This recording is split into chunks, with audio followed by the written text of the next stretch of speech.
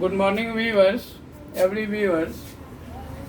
Today we are going to study on the topics of impact of globalization on agriculture.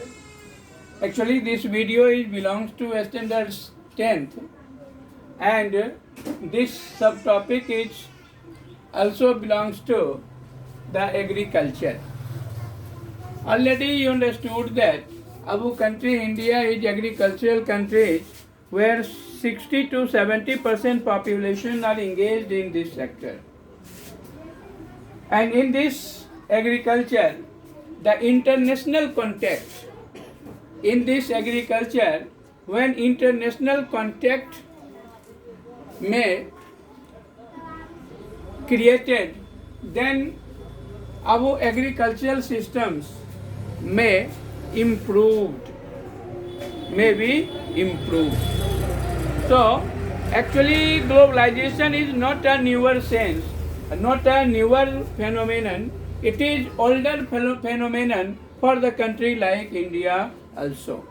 In ancient period of time, when India exported different species, exported the spices, the merchandise items like malmal cloths, muslin, and many others are exported from India. It was the ancient phenomenon for the country like India, which were agriculturally and industrially developed also. So globalization is not newer. Actually globalization is older sense. But generally we understood that the European countries which are developed nations and our country India which are not developed, it is in developing phase. So many developed countries, the international relations between developed nations and developing nations and poorer nations, then generally these are considered as globalization, but it is not so. So globalization, generally many geographers budge that in India where globalization may started after coming of Britishers and Europeans.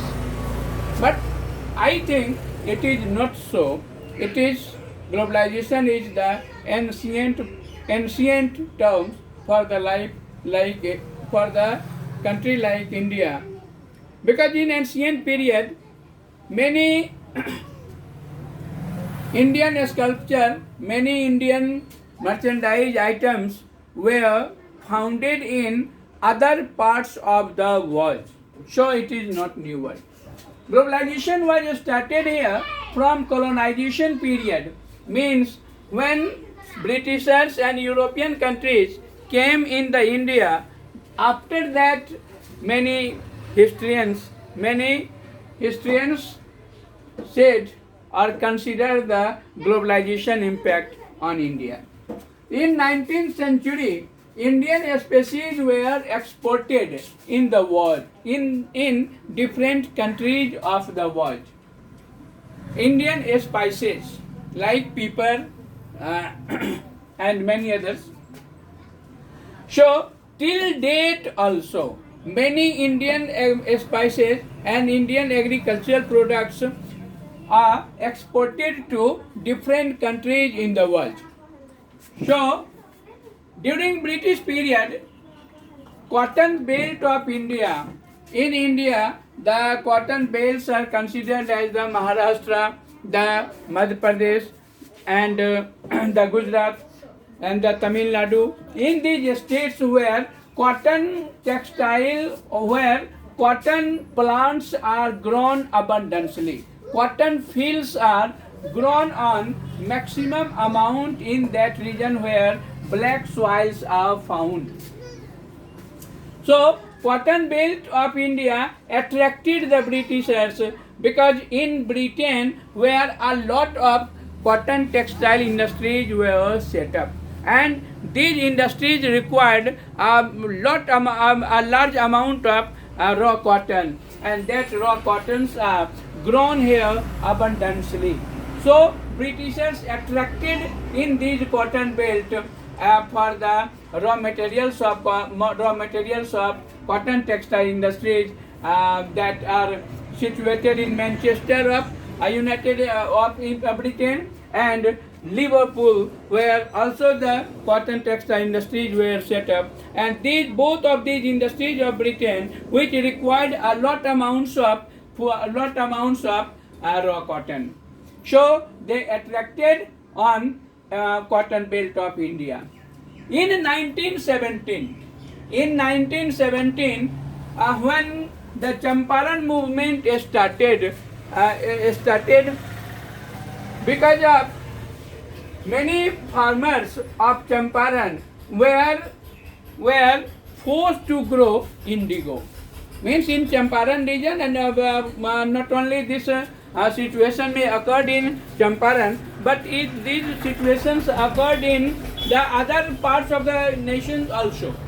So mainly in Champaran region, the people of Champaran or the farmers of Champaran opposed this type of British enforcement. So they opposed and they started the movement because farmers were forced to grow indigo, which were the raw materials of cotton textile industries of Britain. Means in Liverpool and Manchester, where cotton textile industries are set up, and these industries required indigo on abundance amount from these regions. So farmers were unable. Means many farmers, means all the farmers of the Champaran region were engaged in growing up of indigo, and they have no time to grow the another crops for the nations, for the sustaining their family. So they were unable to grow food grains and other food products from their fields. So they opposed the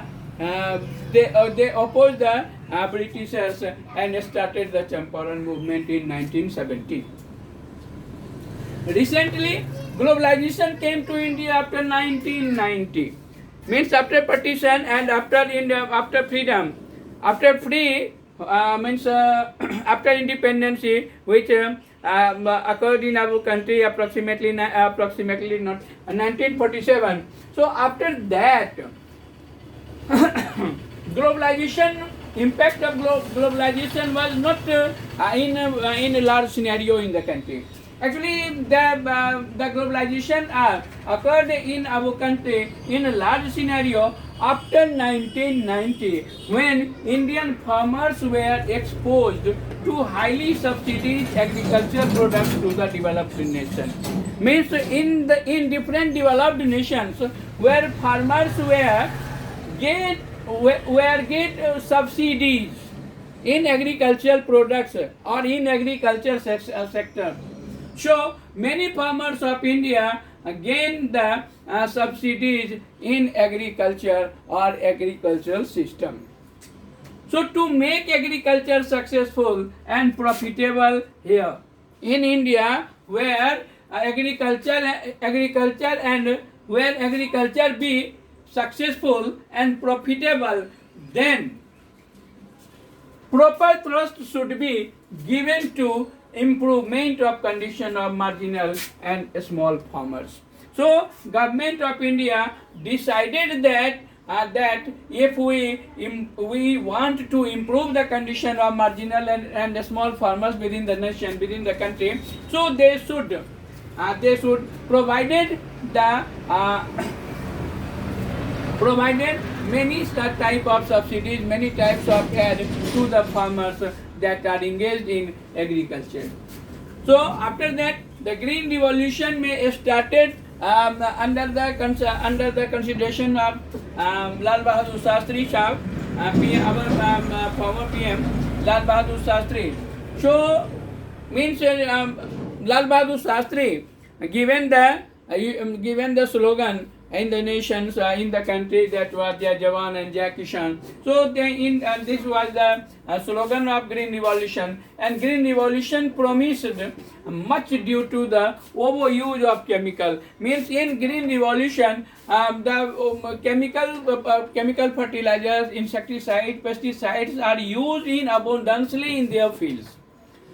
So overuse of chemicals, drying of aquifers, and after that many aquifers may dried out because of the rainfall may decreasing in the country and vanishing the biodiversity. So these are also impact of globalization, and through the globalization we become familiar with agricultural technology, where the maximum use of chemical fertilizers, insecticides, and others that grown that increase the products of agriculture for the nations, no doubt, but they create bad effect on in the soil of our fields also. So the key word today is in recent period, the key word of the in agriculture sector was the gene revolution, which is the gene kranti, and which include gene engineering. Gene engineering means gene engineering occurred by the different agricultural colleges and universities that set up in different parts of our country, where gene engineering and gene technology may introduced and adopted by the farmers in whole parts of the nations.